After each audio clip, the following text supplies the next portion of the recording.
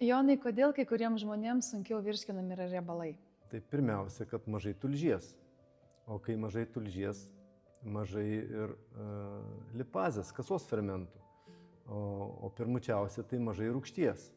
Viskas čia labai susiję. Jeigu skrandyje daugiau rūgšties, tada daugiau ir tulžies. Tada daugiau ir kasos fermentų lipazės. Va, aš per šitą perėjau, dėl ko taip gerai žinau ant savęs. 20 metų turėjau uždegimą kasos ir stengdavausi nevalgyti riebiai, nes man bloga būdavo. Ir aš nevalgydavau tiesiog, bet per 20 metų man tik vis situacija blogėjo.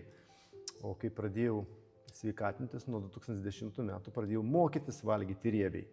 Ir va čia viskas užsivedė ir visas metabolizmas ir bakterijos, geresnė žarnyno mikroflora ir mano treniruotės valgyti riebiau, po truputį vis didinau.